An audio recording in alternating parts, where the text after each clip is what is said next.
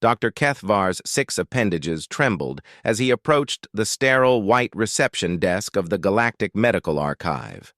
His crystalline carapace, normally a brilliant blue that indicated good health among his species, had dulled to a sickly gray. The events of the past few cycles had shaken him to his core, and he needed answers. The receptionist, a spider-like arachnoid with multiple compound eyes, looked up from her holographic display. Her mandibles clicked in greeting. "How may I assist you today, Doctor?" "I need to request my medical records," Kethvar said, his voice translator converting his harmonic speech into standard galactic common. "Specifically, any files related to my recent assignment on Sol 3. The receptionist's eyes blinked in sequence, a sign of confusion. "Sol 3? That designation doesn't appear in our standard planetary database. Could you provide the more common name?" "Earth," Kethvar replied quietly. "The human homeworld." All 8 of the receptionist's eyes suddenly focused on him with laser intensity. Her appendages froze mid-motion. "Did you say Earth?" "Yes. I was part of the emergency medical team dispatched there 3 cycles ago. There was an industrial accident on one of their mining colonies. Standard humanitarian mission." The receptionist's mandibles clicked rapidly as she input the search parameters. Her movements became increasingly agitated as she scrolled through the results. I'm finding your records, Doctor, but they're sealed under the highest classification protocols. I've never seen markings like these before." Kethvar leaned forward, his compound eyes reflecting the holographic display. "What kind of markings?" "Top secret. Deathworld protocol. There's also something called a Species Protection Directive attached. Doctor, I don't have the clearance to access these files. You'll need to speak with Director Zeftos in the Classified Medical Division." The walk to the Classified Medical Division felt like the longest journey of Kethvar's life. His mind kept returning to those terrible, wonderful days on Earth. The contradictions still made his head spin. How could a species be so fragile yet so impossibly resilient? How could they be so gentle yet so terrifyingly adaptable? Director Zeftos was an ancient ethereal, his translucent body floating behind a massive desk made from what appeared to be crystallized starlight. His species had transcended physical form millions of years ago, and his presence always made younger species feel uneasy. When Kethvar entered, the director's attention immediately focused on him like a spotlight.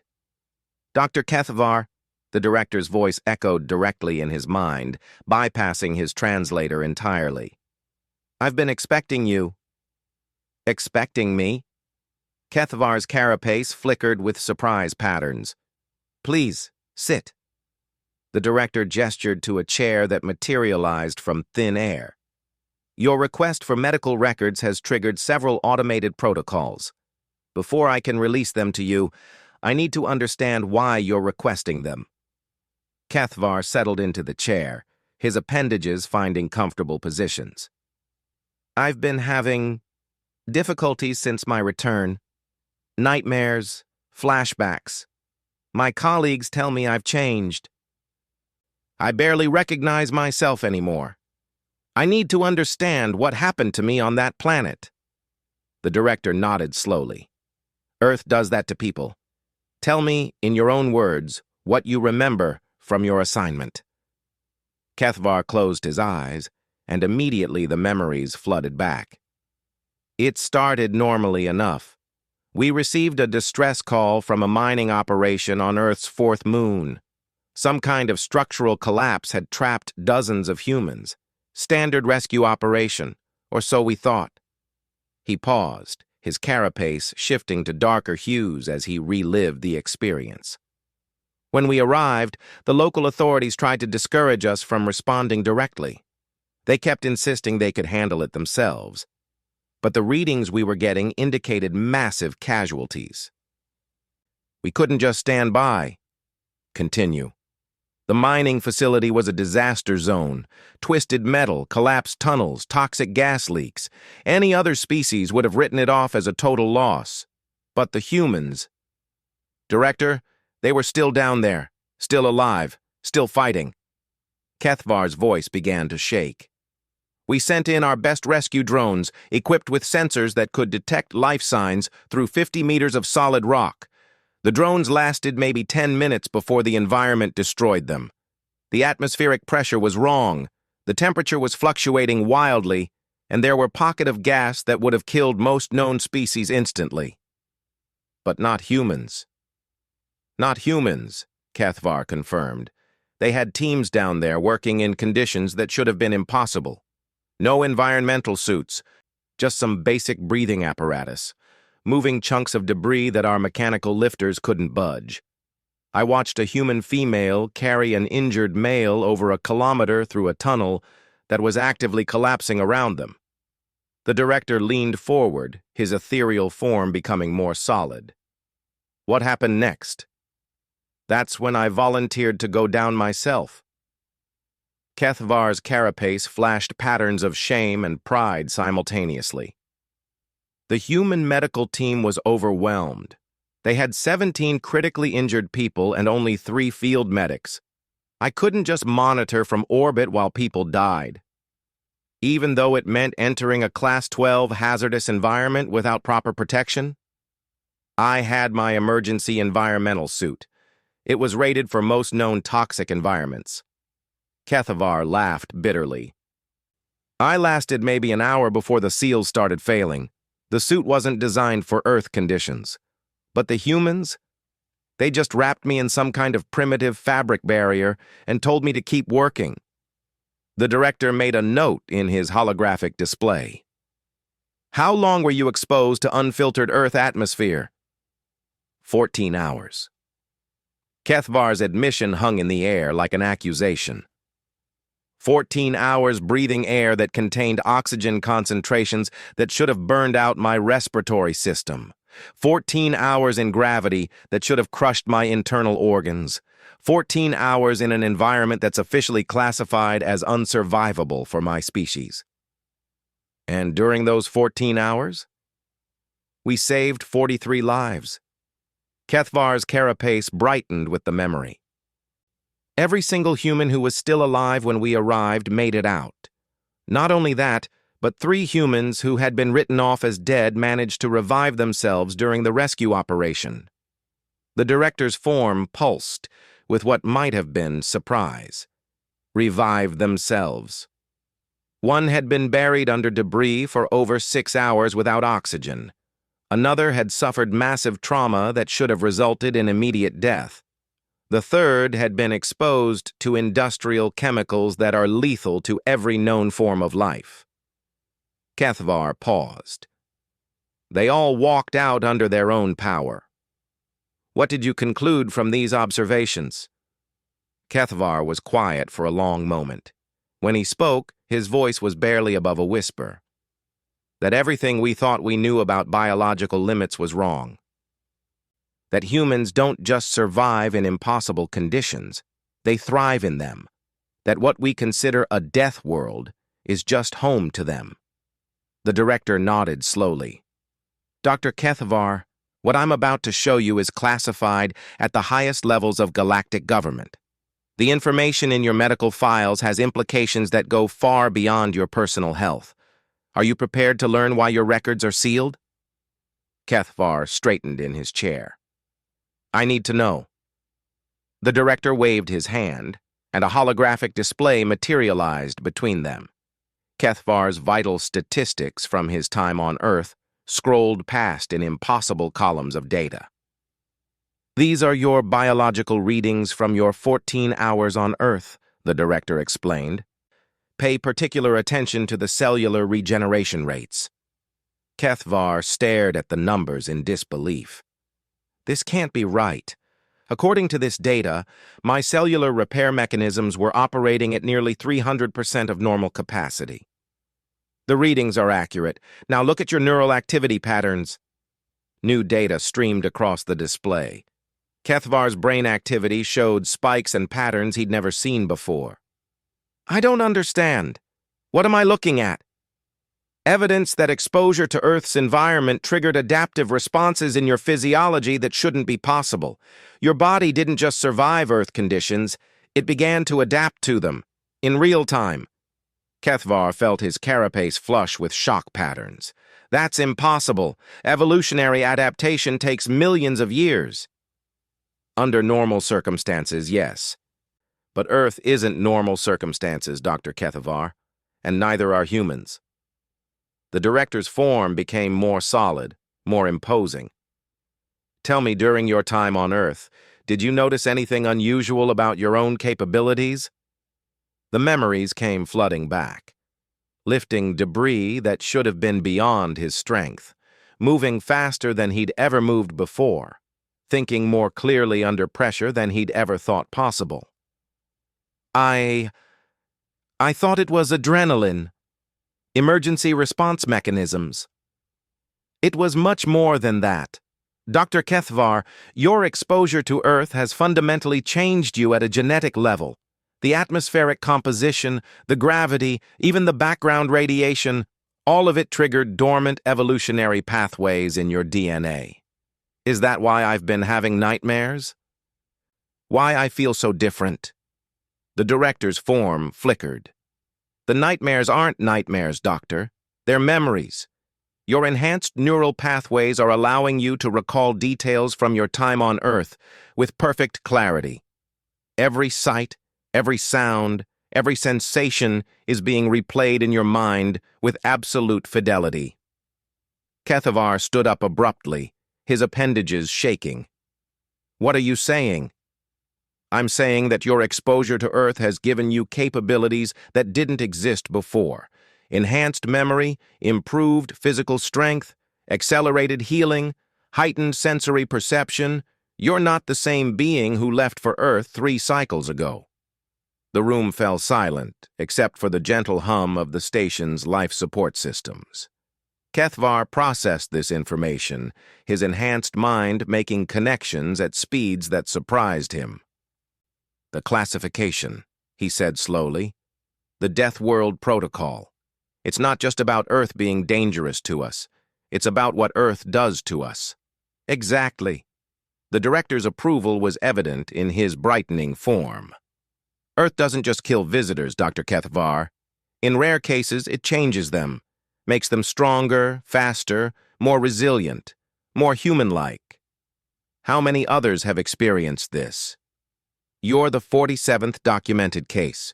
All previous subjects have been classified under the same protocol, their files sealed, their experiences hidden from the general galactic population. Why? What's so dangerous about people knowing that Earth can enhance other species? The director's form began to fade, becoming more ethereal. Because, Dr. Kethvar, if word got out that exposure to human environmental conditions could grant other species enhanced abilities, Earth would no longer be considered a dangerous backwater planet to be avoided. It would become the most sought-after destination in the galaxy. And that, the director said, his voice becoming distant, would change everything. 3 days after his meeting with Director Zeftos, Kethvar found himself in the most secure wing of the Galactic Medical Archive, surrounded by files that officially didn't exist. The director had granted him access to the classified records of all 46 previous cases, and what he was learning changed everything he thought he knew about humans and their world. The first file belonged to Commander Yixtal, a hegemony military officer who had crash-landed on Earth nearly 50 standard years ago. His rescue ship had found him 3 months later, living among a human settlement and showing physical improvements that defied explanation. His natural armor plating had become denser, his reflexes had increased by 400%, and most remarkably, he had developed the ability to process Earth's oxygen-nitrogen atmosphere without assistance. The second file was even more extraordinary. Dr. Melshon, a renowned biochemist, had volunteered for a 6-month research assignment on Earth to study human medicine. When she returned, her lifespan had effectively doubled, her mental processing speed had tripled, and she had somehow gained the ability to regenerate lost appendages, something her species had never been capable of. File after file told the same impossible story. Every alien who spent extended time on Earth returned fundamentally changed, enhanced in ways that seemed to mirror human capabilities. But it was the 46th file that made Kethvar's blood run cold. Subject designation, Teketh Veltar. Species, Crystalline Collective. Assignment, Cultural Liaison to Human Diplomatic Mission. Duration of exposure, 2 standard years. Kethvar knew that name. Teketh had been a minor functionary in the Galactic Council, assigned to what was considered a dead-end position monitoring human expansion requests. No one had seen him in over a year. The file contained video logs from Teketh's final debriefing. Kethvar activated the holographic display and watched as his former colleague materialized before him. The change was startling. Teketh's crystalline structure, normally rigid and geometric, had taken on organic curves. His energy patterns pulsed with a vitality that Kethvar had never seen in their species. "The humans don't understand what they are," Teketh's recorded voice said. "They think they're ordinary. They think every species evolved under conditions like theirs. They have no idea that they're living gods walking among mortals." The interviewer, Director Zeftos himself, leaned forward. "Explain." "I spent 2 years studying human culture, human biology, human history." "Director, they evolved on a planet that tried to kill them every single day for millions of years. Ice ages, volcanic eruptions, asteroid impacts, global floods, predators that could crush them with a thought. And not only did they survive, they conquered it all." Teketh's form pulsed brighter. "Do you know what the humans call their planet? Home. They call a Class 12 Deathworld home, and they're genuinely confused when other species find it terrifying. To them, surviving in conditions that would kill most galactic species isn't remarkable, it's Tuesday. What about their effect on other species? It's not intentional. They don't even know they do it. But something about their world, their very presence, awakens dormant genetic potential in other species. I think humans might be what evolution looks like when it's pushed to its absolute limits, and that potential is somehow contagious." The recording continued for another hour, with Teketh describing abilities he had gained that sounded more like science fiction than medical reality. Enhanced strength, improved healing, expanded sensory perception, and most remarkably, the ability to survive in extreme environments that would have killed him before his exposure to Earth. But it was the final entry in Teketh's file that made Kethvar understand why these records were classified. 3 months after his debriefing, Teketh had disappeared. His last known location was a transport heading toward the Outer Rim territories. His stated destination, Earth. "He went back," Kethvar whispered to himself. "He went back to Earth." "They all do, eventually." Kethvar spun around to find Director Zeftos materializing in the secure reading room. The ancient ethereal's form seemed more substantial than usual, as if the weight of the conversation required physical presence. "Director, I didn't hear you come in." "Your enhanced senses were focused on the files. Another side effect of Earth exposure. Improved concentration, but sometimes at the expense of situational awareness." The director gestured to the scattered holographic displays. "What have you learned?" "That I'm not unique. That whatever happened to me has happened to dozens of others. And that they all eventually return to Earth." Kethvar paused, his carapace shifting through worried color patterns.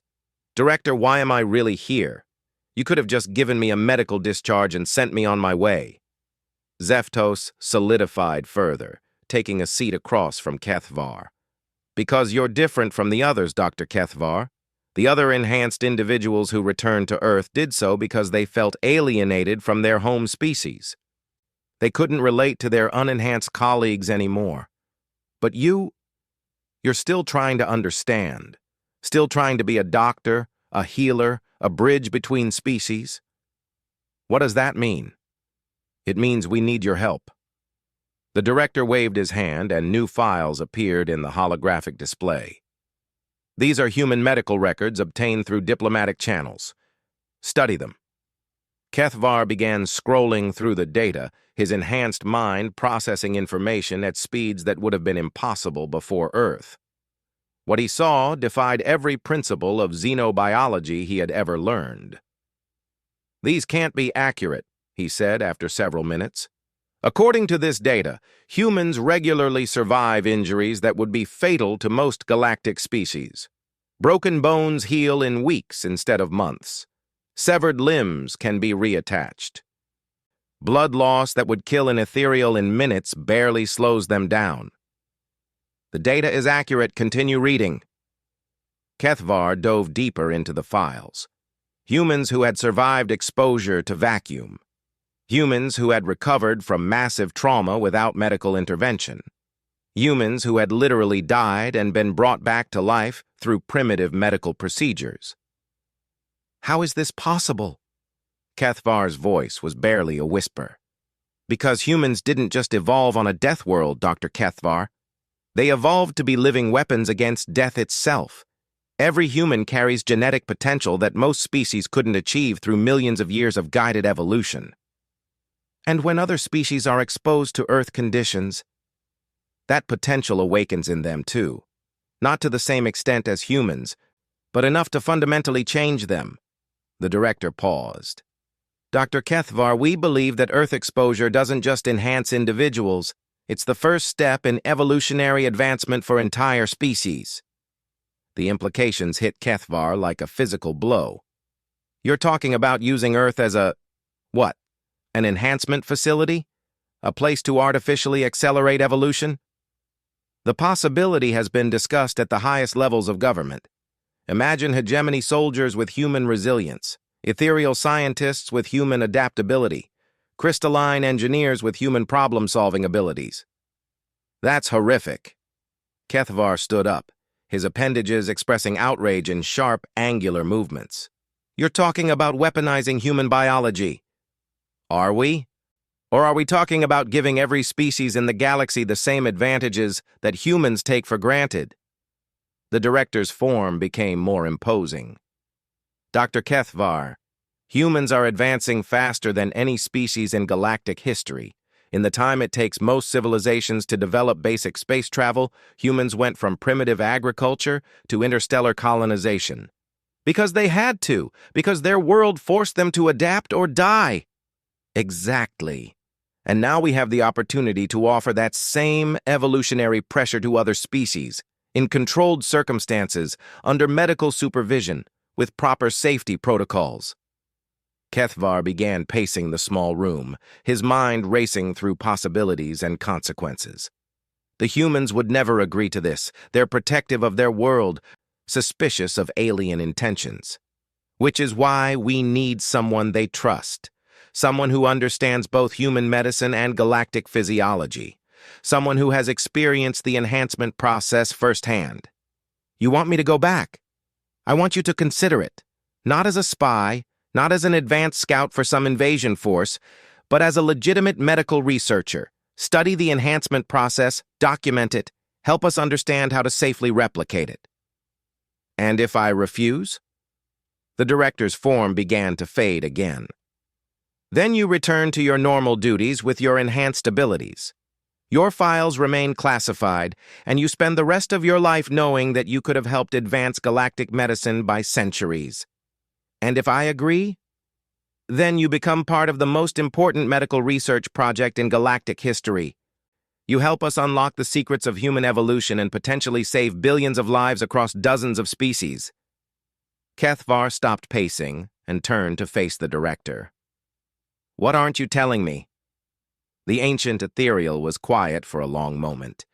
When he spoke, his voice carried the weight of millennia. "The Galactic Council is scared, Dr. Kethvar. Humans are advancing too quickly. Their technology, their medicine, their social development, all of it is progressing at rates that dwarf every other species in known history. They're concerned about being left behind. They're concerned about humans becoming so advanced that the rest of the galaxy becomes irrelevant. Current projections suggest that within 500 standard years, humans will have technological and biological capabilities that exceed every other species combined. So this isn't about helping other species advance. It's about making sure we can keep up with humans. Perhaps both. Does the motivation matter if the outcome is the same? Kethvar considered this, his enhanced mind examining the problem from angles he had never been capable of before his Earth experience. The ethical implications were staggering, but so were the potential benefits. If other species could gain even a fraction of human capabilities, it could revolutionize galactic medicine, engineering, exploration. I need time to think about this. Of course. But Dr. Kethvar, time is not unlimited. There are other factions within the government who believe humans pose a direct threat to galactic stability. If we cannot demonstrate that peaceful coexistence and mutual advancement are possible, what are you saying? I'm saying that your research might be the only thing standing between humans and a very different kind of first contact than the friendly cultural exchange we've enjoyed so far. The director's form began to dissolve, leaving only his voice hanging in the air. Your enhanced abilities came with a price, Dr. Kethvar. Now it's time to decide if you're willing to pay it. Alone in the secure reading room, surrounded by classified files and impossible data, Kethvar began to understand the true scope of what was being asked of him. This wasn't just about his medical condition, or even about scientific advancement. This was about the future relationship between humanity and the rest of the galaxy, and somehow, his decision would help determine whether that future involved cooperation or conflict. His enhanced mind began calculating possibilities, running through scenarios, weighing outcomes. For the first time since his return from Earth, he was grateful for the changes in his physiology. He was going to need every advantage he could get for what was coming next. 2 weeks later, Dr. Kethvar stood on the observation deck of the diplomatic vessel, Harmony's Edge, watching Earth grow larger in the viewport. His second approach to the human homeworld felt entirely different from his first. This time, he knew what he was walking into. This time, he understood the stakes. The human diplomatic escort, Ambassador Sarah Chen, approached from behind. Kethvar's enhanced senses had detected her presence long before she spoke, another reminder of how much he had changed. Nervous about returning, Doctor? Her voice carried genuine concern. Kethvar had learned that humans possessed an remarkable capacity for empathy, even toward species they had only recently encountered. Apprehensive, he admitted. My last visit to your world was transformative. Sarah laughed, a sound that still startled Kethvar with its warmth. That's one way to put it. From what I understand, you spent 2 weeks in our emergency rooms helping with the mining accident. Our medical teams still talk about you. Do they know about the changes I've experienced? Sarah's expression grew serious. Some suspect. Dr. Martinez, the trauma surgeon you worked with, mentioned that you seemed to adapt unusually quickly to our medical protocols. But no, they don't know the full extent of what happened to you. The ship's intercom crackled to life. All passengers, prepare for atmospheric entry. Estimated arrival at New Geneva Medical Complex in 45 minutes. Kethvar watched as Earth's atmosphere began to embrace their ship. Even through the vessel's environmental controls, he could feel something calling to him. His enhanced physiology was responding to proximity to the planet that had changed him. Dr. Kethvar, Sarah said quietly, can I ask you something? Of course. Why did you really come back? The official reports say you're here for a medical exchange program, but your escort arrangements suggest this is more important than routine cooperation. Kethavar studied the human diplomat. His enhanced perception allowed him to read micro-expressions. Subtle changes in body language, the slight variations in vocal stress that indicated emotional state. Sarah was genuinely curious, but also concerned. She suspected there was more to his visit than official channels had revealed. Ambassador Chen, what would you do if you discovered that your species had capabilities you didn't know existed? I'd want to understand them, learn about them, figure out how to use them responsibly. Sarah paused. Is that what this is about? Before Kethavar could answer, the ship shuddered slightly as they entered Earth's atmosphere. His carapace immediately began to glow brighter, his internal systems responding to the familiar environmental conditions. Sarah noticed the change immediately. That's not normal, is it? The way your body is reacting to our atmosphere? No, Kethavar said simply. It's not. The New Geneva Medical Complex was a marvel of human engineering, built into the side of a mountain with transparent aluminum walls that offered stunning views of the surrounding landscape. As their shuttle approached the landing pad, Kethavar could see medical personnel from dozens of different human ethnicities working together in the various visible sections. Diversity, he murmured. Excuse me? Sarah asked. Your species maintains incredible genetic diversity, even after achieving interstellar travel. Most species become genetically homogeneous once they develop global communication and transportation. But humans, you've deliberately preserved your differences. Why wouldn't we? Different perspectives, different approaches to problems, different strengths. Sarah smiled. We learned a long time ago that our differences make us stronger, not weaker. As they disembarked, Kethavar was greeted by Dr. Elena Martinez, the trauma surgeon he had worked with during the mining accident. Her appearance triggered a flood of enhanced memories from his previous visit, each detail now crystal clear in his improved recall. Dr. Kethavar, it's wonderful to see you again. Dr. Martinez extended her hand in the human greeting gesture, which Kethavar had learned to appreciate. We've been looking forward to your return ever since we heard about the medical exchange program. Dr. Martinez, I'm eager to learn more about human medical techniques. And we're excited to learn about galactic medicine. Come, let me show you to your quarters. And then we can begin with a tour of our facilities. As they walked through the medical complex, Kethavar was struck by the casual way humans operated in an environment that would challenge most galactic species. The gravity, the atmospheric pressure, the background radiation levels, all of it would require protective equipment for most visitors. But humans moved through it like fish through water. Dr. Kethavar, Dr. Martinez said as they entered a specialized trauma unit. I have to ask. During the mining accident, some of our staff noted that you seemed to adapt very quickly to our protocols. Has your medical training included human physiology? Not formally, Kethavar replied carefully. But I found human medicine intuitive. Interesting. We found that most alien medical officers struggle with our biological systems. We heal too quickly for their diagnostic equipment, our pain tolerance throws off their treatment protocols, and our immune responses don't match any established galactic norms. They entered a recovery ward where human patients were healing from various injuries. Kethavar's enhanced senses immediately began cataloging details that would have been invisible to his unmodified physiology.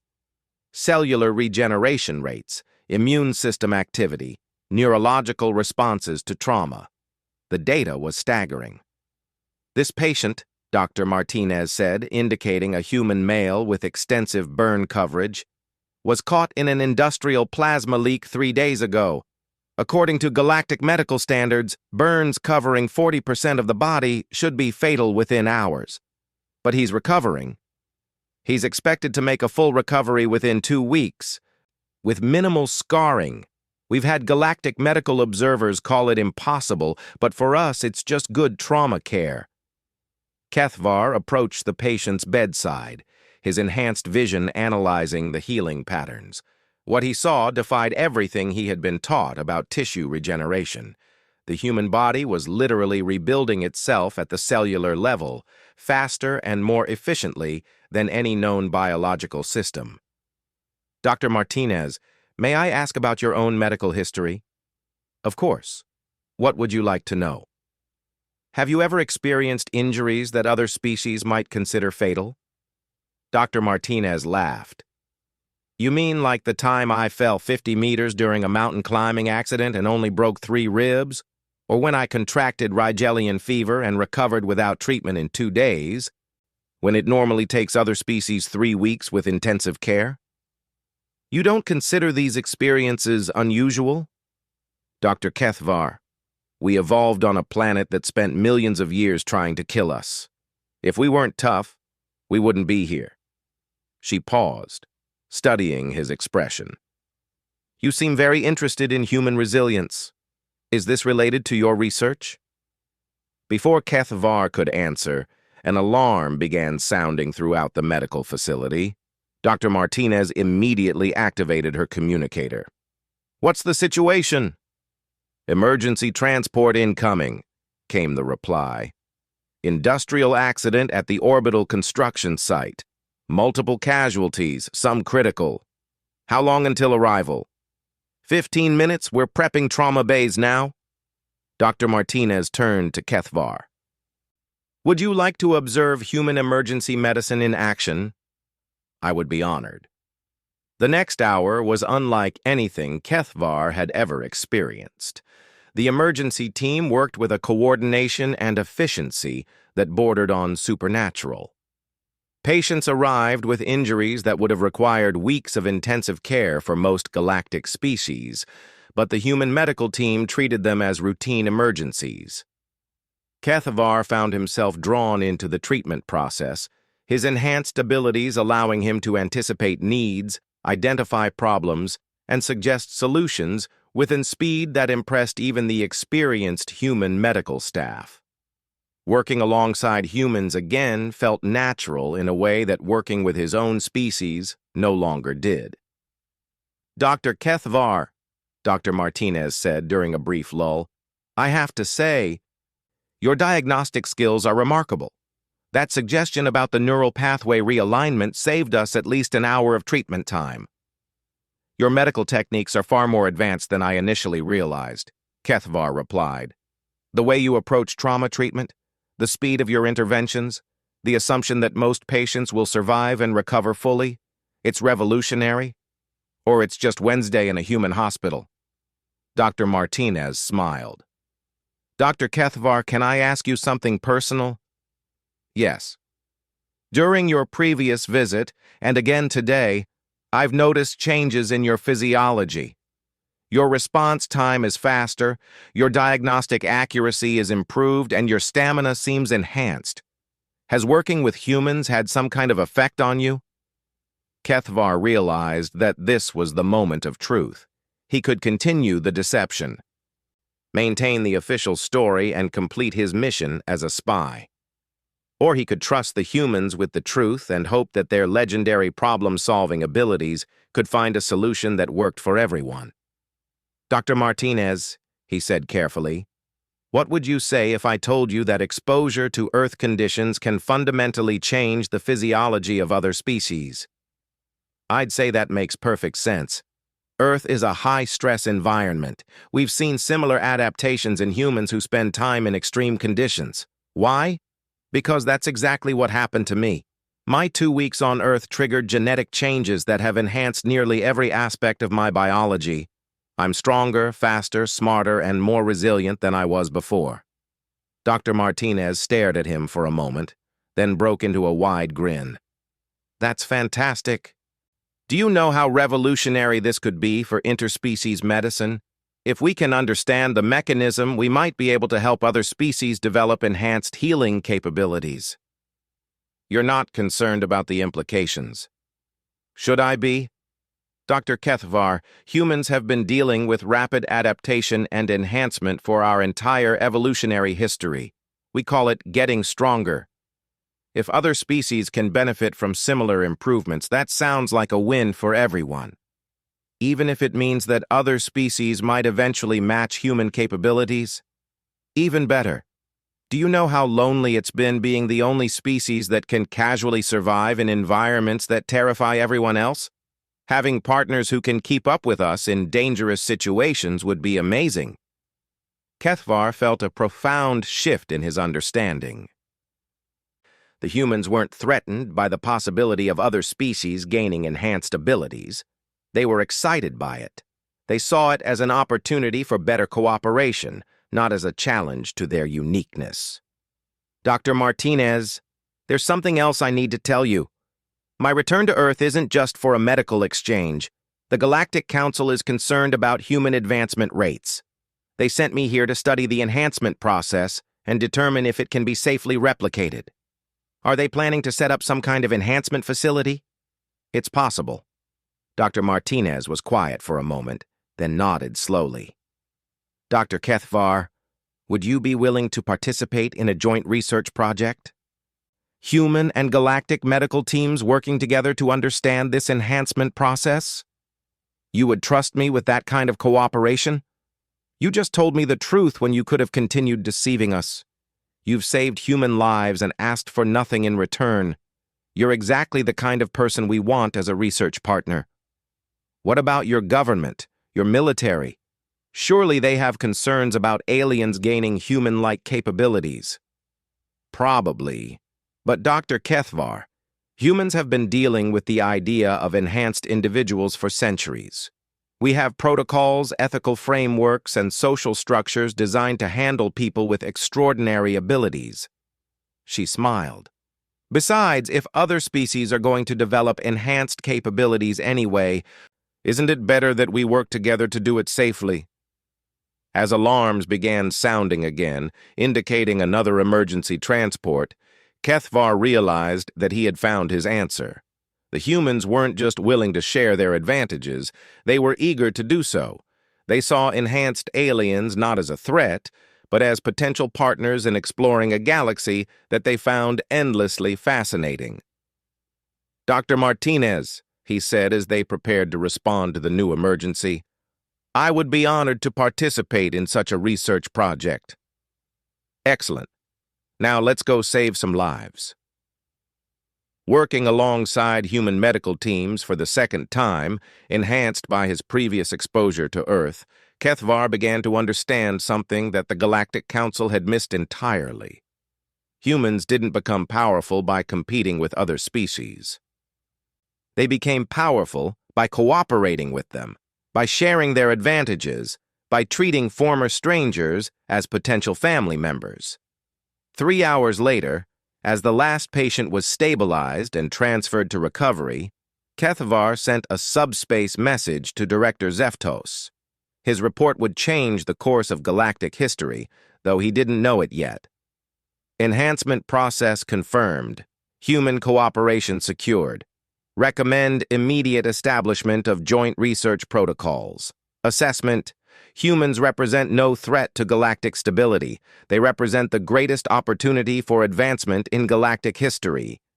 He paused, then added a personal note. Request permission to extend assignment indefinitely. I believe I've found where I belong. Outside the medical complex, Earth continued its ancient rotation. Unaware that it had just become the center of the galaxy's most important medical revolution. In the trauma wards, humans and enhanced aliens worked together, saving lives and building bridges between species that would last for millennia. And in the secure communications array, Director Zeftos read Kethavar's report with growing amazement. The humans hadn't just solved the problem of enhanced aliens, they had turned it into an opportunity that no one had seen coming. Perhaps that was the most human thing of all.